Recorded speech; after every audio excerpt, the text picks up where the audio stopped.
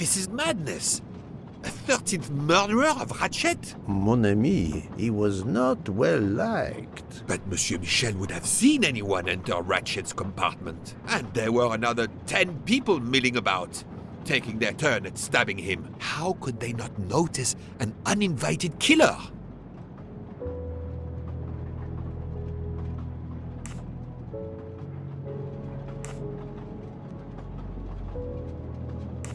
The 13th killer could have acted when Michel was smoking on the platform at Vinkovsky. But even after the train departed, Michel was absent from his post at the end of the corridor several times the night of the murder. I must know where he really was and when. Yes, he most certainly returned to the train. How can you be sure? It's obvious. I mean, I hope Mr. Poirot agrees. Please continue, Detective Locke.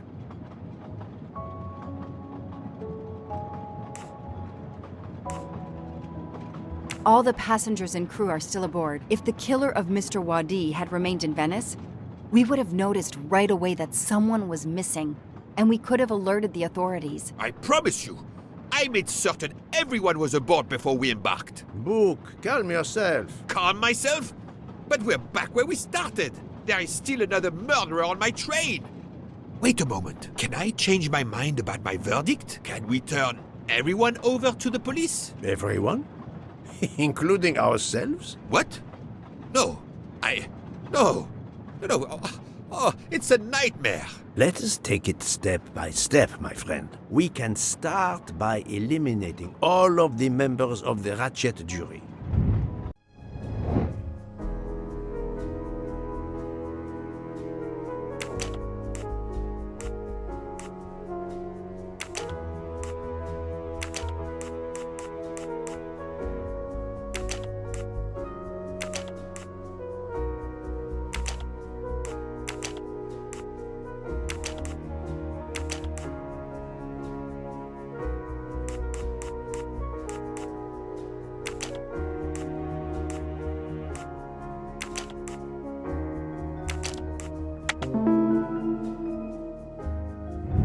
My little gray cells did not let me down.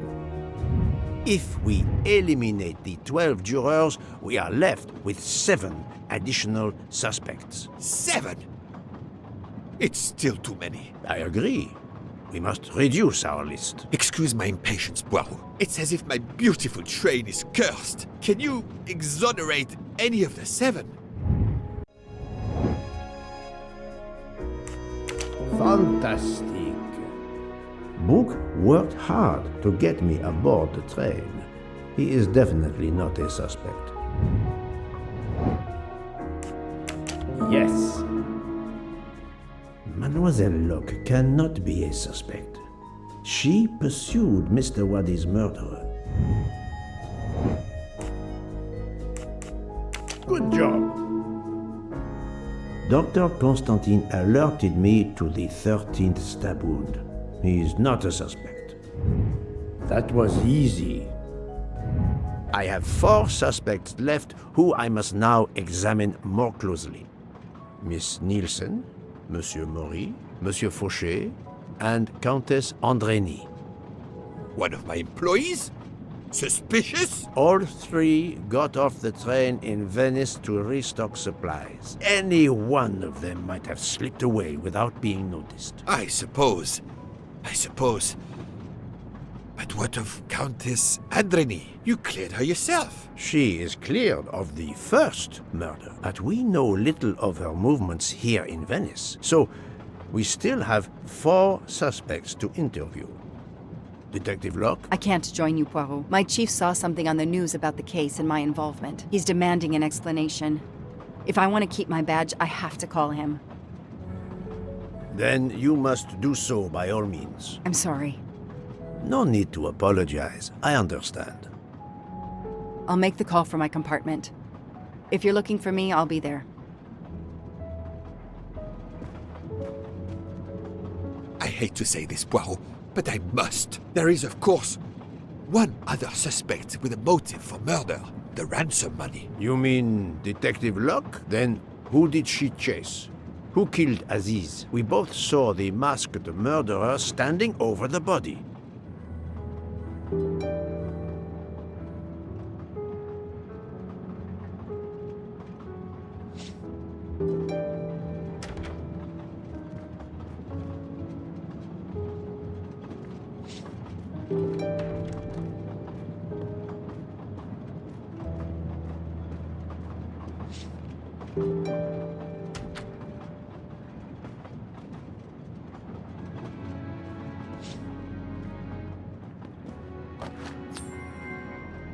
Haha!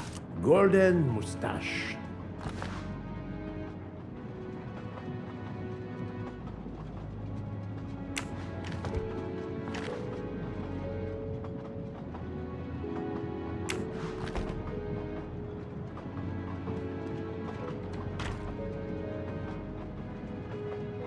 Doctor, I need to question Countess Andrény. I'm afraid that won't be possible, Mr. Poirot. The Countess had an anxiety attack when we arrived in Venice. She was terrified the police would come for her and her husband, despite how you concluded your investigation. I had to give her a sedative.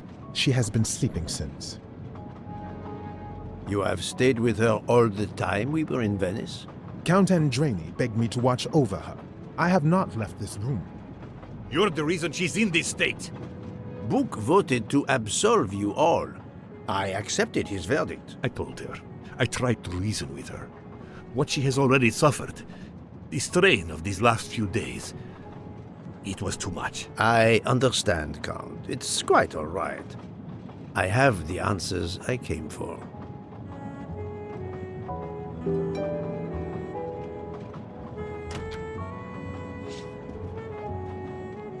Ah, Michel, I have a few more questions to ask you, if you will allow me. Anything, Monsieur Poirot. We are in your debt. Please tell me your movements when we were stopped at Venice Station. Once the compartments were cleaned and the linen refreshed, I stayed in my quarters. Did you notice anything special? Comings and goings? Monsieur Bouc had asked everyone to stay in their compartments. I would occasionally walk the train to ensure everyone was comfortable. Oh, I saw Monsieur Maury was all alone loading his crates of provisions. A great chef like that, reduced to petty labor, I would have helped him. But Monsieur Bouc had ordered me not to leave the train for any reason. So, Monsieur Maury was forced to labor alone. Let us review the actual timeline of the night of Ratchet's murder, not the one manufactured to hide your crime. I left the train in Minkowski for a smoke. Then I resumed my post. That was the truth. The train departed on schedule. But then, of course, an avalanche of snow blocked the tracks. At 12:45, Madame Hubbard and I met in her compartment to discuss how to adapt our plan. Due to the snow and Poirot. The little play we had staged for you had to be rewritten. I left her compartment at approximately 1:15. Then the curtain went up. Calls in the night, the red kimono, all for my benefit. And all for nothing, as it turned out. Do not blame yourself, Michel. I am the theater critic no playwright wants to see in the audience.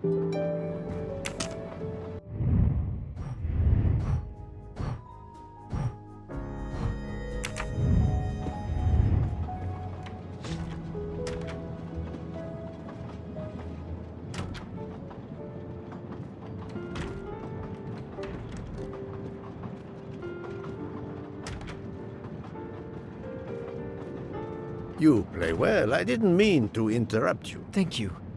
Many years of piano lessons thanks to my mother. I try to play in a few clubs in Paris when I get the chance, but as you can see, it hasn't made me rich.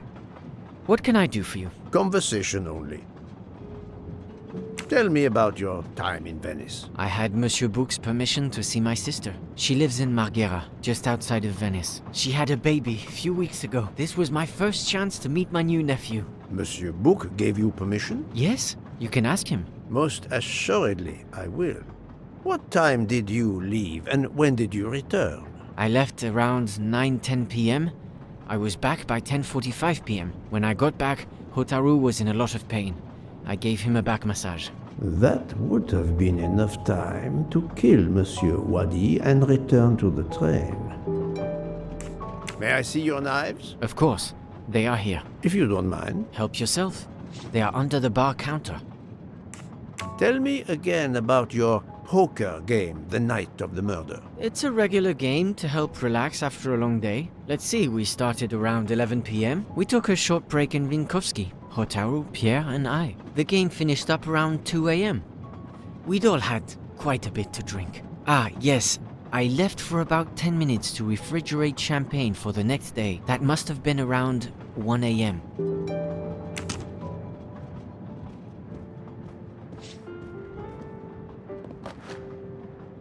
None of these come close to the wounds on either body.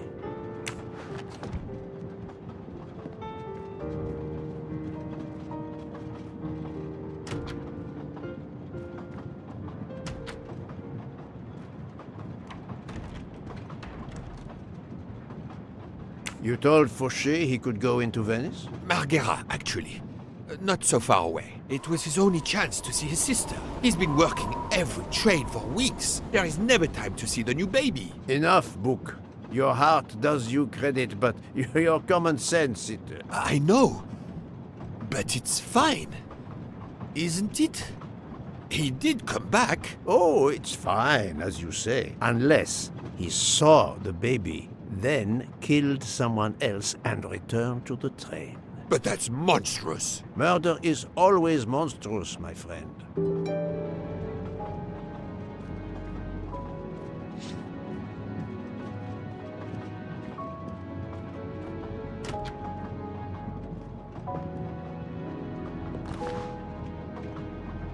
Saffron. It must be worth a small fortune. Good evening, Monsieur Maury. May I have a moment of your time? I have a few questions to ask you. Of course! As long as you don't mind if dinner is ruined. I promise to be as brief as possible. What did you do while we were stopped in Venice? With Freya's help, I loaded fresh produce for the next part of our journey. Then, you may not believe this, but my job requires a lot of physical labor. My back suffers. Fortunately, Jean has become quite adept at separating my vertebrae. As you may know, I have solved the murder of Monsieur Ratchet. That is a shame. I beg your pardon? The bastard sent my steak tartar back, telling John I was to burn it. I will add it to the list of his crimes. One wound on Monsieur Ratchet's body was struck by a very sharp, thin-bladed knife. We haven't found it yet. You think one of mine was used? I'd like to have a look, if you don't mind. In that drawer. An impressive set of knives, but their blades are too wide to have been used for the crime. Tell me about your poker game the night of the murder. We started around 11 p.m. When John finished his shift, we played until around 2 a.m. From what I remember, it's a bit vague. You played without a break? Actually, we did break once for a smoke. John, Pierre, and I. When we stopped in Vinkovsky. When was that? Around midnight?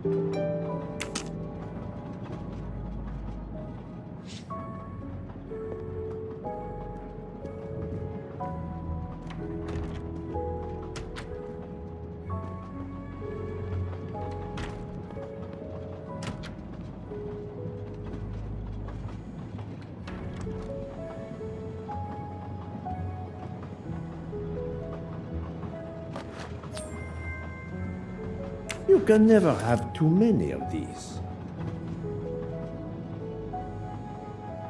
Good evening, Mademoiselle Nielsen. May I talk to you for a moment? Of course, Mr. Poirot. I'm not going to bed right away. Can you tell me your movements while we were stopped in Venice? That'll be easy. I didn't move much at all. Let's see. I helped Hotaru load all of the food crates aboard the train. Hotaru had everything he needed, but I realized they forgot half of my order. I spent over an hour on the phone with the supplier without success. I had to change the dessert menu for tomorrow. Dr. Constantine found a stab wound on Ratchet's body that was caused by a much thinner and sharper blade than the others. Possibly a chef's knife? My thought precisely. And you'd like to see my knives? If you wouldn't mind. I would gladly show you if I had any, but I don't. I use the regular kitchen knives. You may search if you don't believe me. I see. All the knives the staff use are in the kitchen or in the lounge, except... Except? Hotaru prefers to use his own. Monsieur Mori doesn't use the kitchen knives? Not usually. I know he keeps a set of traditional Japanese knives in a box in his room. He doesn't let anyone else use them. Although now that I think of it, he has been using the kitchen knives lately. Can you tell me exactly about your poker game the night of the murder? We started around 11 p.m.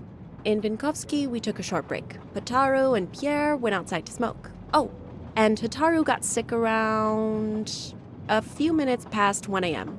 1:10 a.m., maybe? He spent about 15 minutes in the bathroom, but he didn't want to quit on a losing streak. Did his luck improve? No, so we played to around 2 a.m. He lost every hand. I've talked to everyone, but some elements of the testimonies do not seem to correspond. I need to recheck a few things.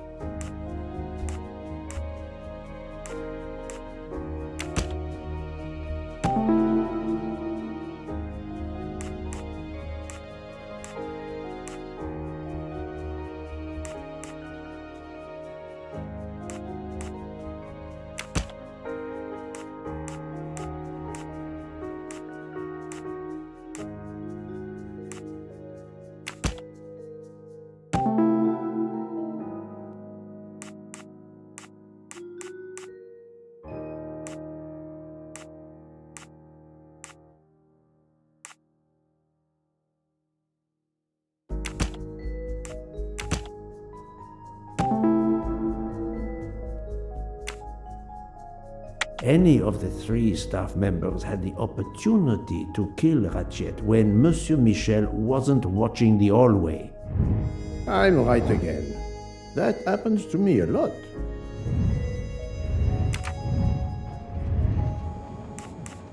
Remind me of what you did when the train stopped in Venice. No problem. I helped Hotaru load all of the food crates aboard the train. Hotaru had everything he needed, but I realized they forgot half of my order. I spent over an hour on the phone with the supplier without success. I had to change the dessert menu for tomorrow.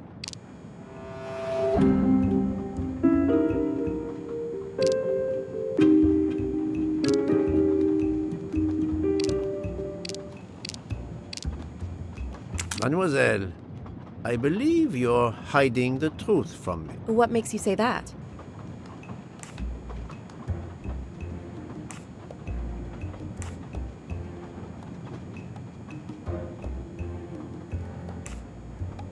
Michel saw Monsieur Mori carrying the crates of food alone. You weren't on the platform. I did help Hotaru.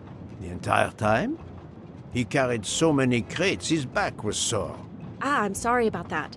Okay, I'm guilty. I did leave him before we were finished, but I had to. There was no saffron he needed for a recipe. I volunteered to go into Venice and get him some. The Rialto market would be open late because of the carnival. He gave me money. I knew we weren't supposed to leave the train, but I only wanted to help. Mr. Mori can confirm this. Ask him. I saved dinner.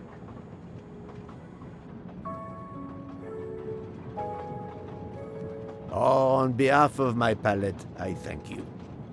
How long were you gone? I left at 9:10 p.m. and was back with the saffron around 11. That's when I called my supplier for the items I was missing. Miss Nielsen had almost 2 hours to buy the saffron, find a costume, kill Monsieur Wadi, elude Detective Locke, and make it back to the train for that phone call. Yes, it's possible that was enough time. Thank you, Mademoiselle Nielsen. That is all for now. Sorry again, Mr. Poirot. I hope you enjoy tonight's dessert.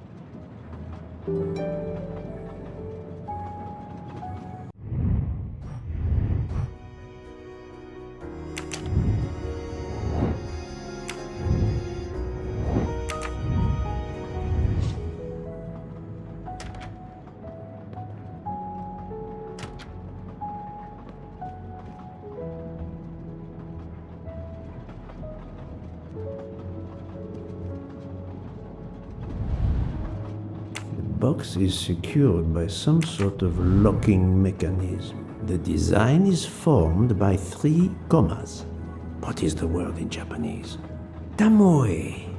And it's obviously missing a piece.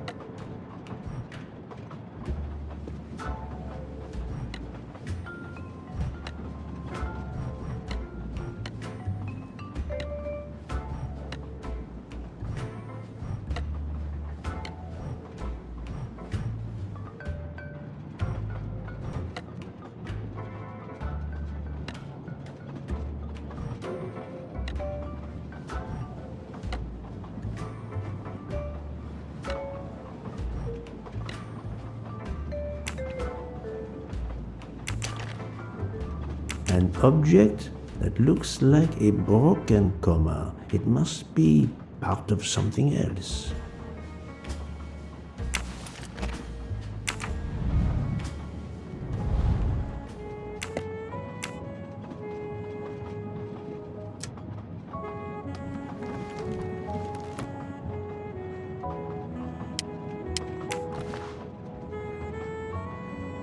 Sushi knives, razor sharp.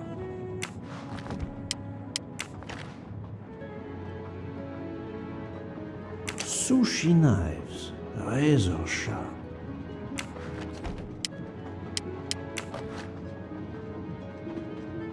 Colteria Venezia.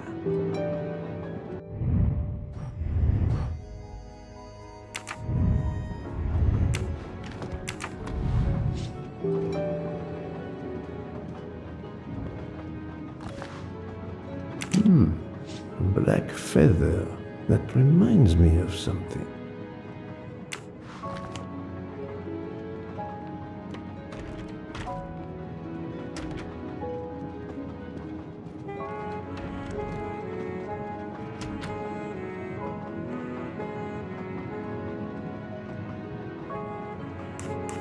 I'm sorry, Monsieur Mori, but haven't you forgotten something? You haven't told me about the knives hidden in your room. Ha! Yes, indeed. I forgot to tell you about those. They are my personal knives. I only use these knives. There are none better. I bought them all in Japan. No one is allowed to touch them except me.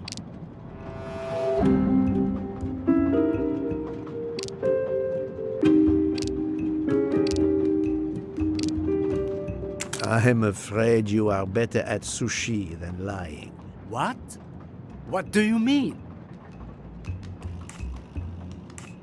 One of the knives has an inscription, Coltelleria Venezia. Did you happen to go shopping tonight, monsieur? Damn you, Poirot. Very well. One of my sushi knives has been missing since the night of the murder. I thought you were going to believe I killed Ratchet. He routinely sent back my dishes to be ruined. Why does God give rich people the money to afford the best cuisine, but not the palate to appreciate it? I panicked.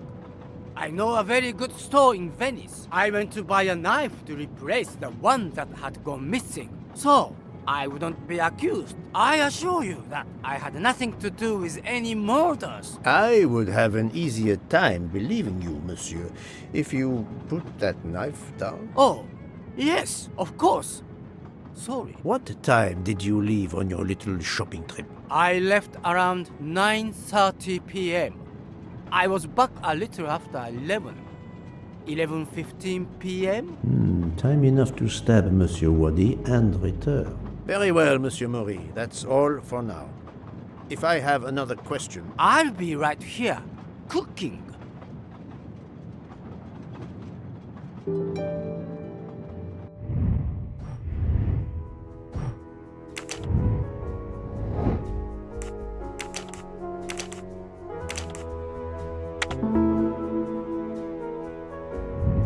That's the right answer.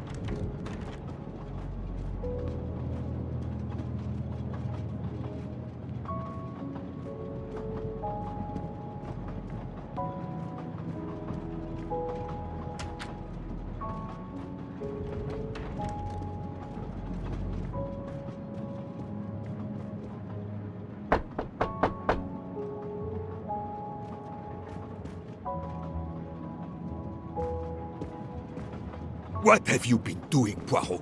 I am completely in the dark. I will shine some light on the situation, my friend. I have 3 new suspects who could have killed Ratchet and Monsieur Wadi. Miss Nielsen, Monsieur Fauché, and Monsieur Mori. They all had periods of time during both murders to commit the deed, and their alibis are weak.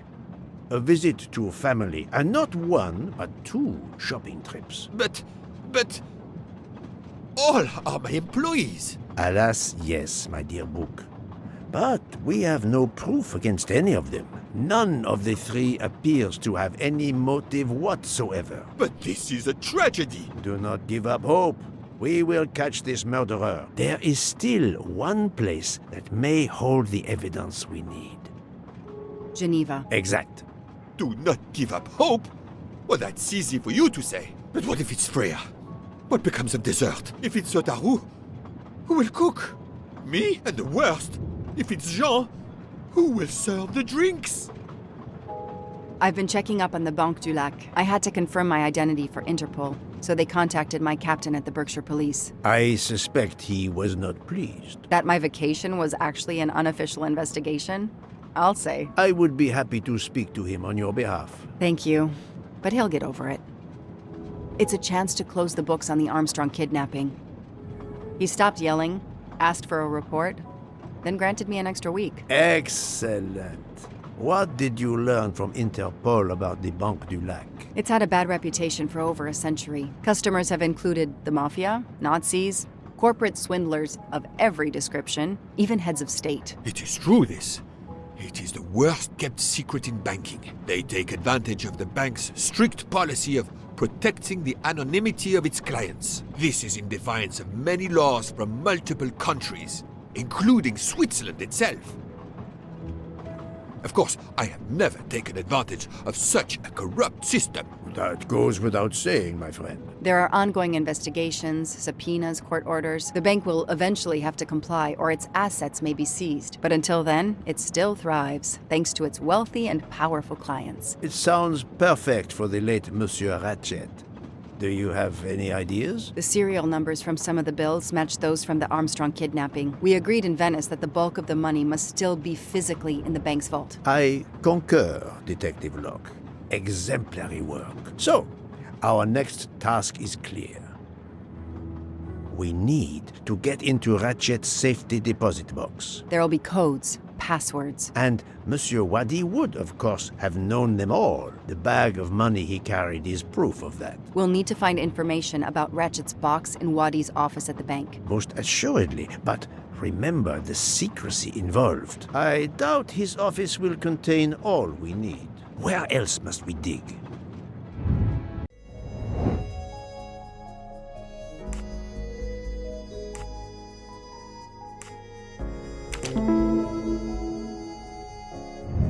Et voilà.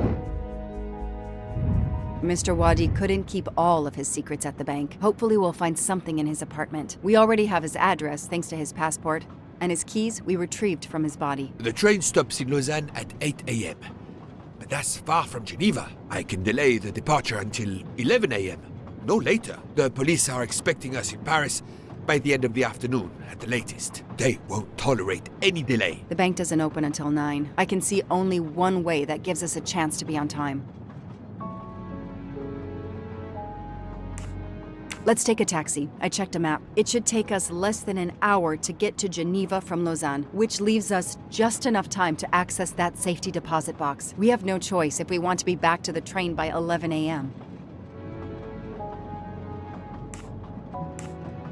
The best thing is to separate. One of us searches his apartment, the other searches his office. To access the safety deposit box, we need to find the key, the box number, and the passcode. Suppose you find all this. How do you plan to get into the vault?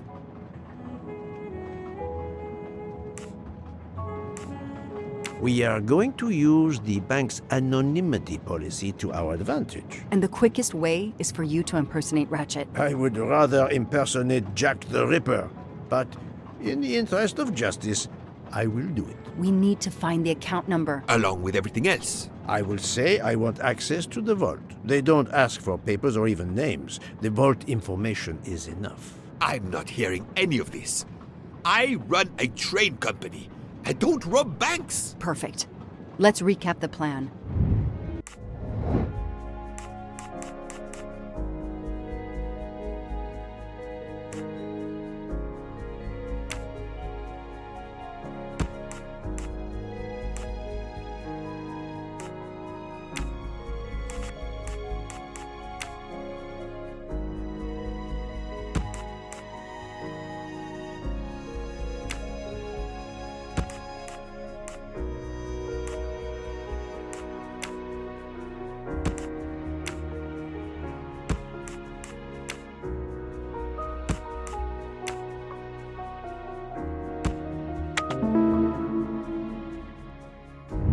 My little gray cells did not let me down.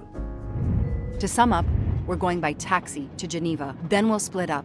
You're going to search Mr. Wadi's apartment. I'll search the office at the bank. When we have all the information we need, you pretend to be Ratchet, and we can finally find out what Ratchet is keeping hidden in his safety deposit box. It sounds impossible. Not for Detective Joanna Locke and Hercule Poirot. We should get some rest. You are right, Detective. We face our greatest challenge tomorrow.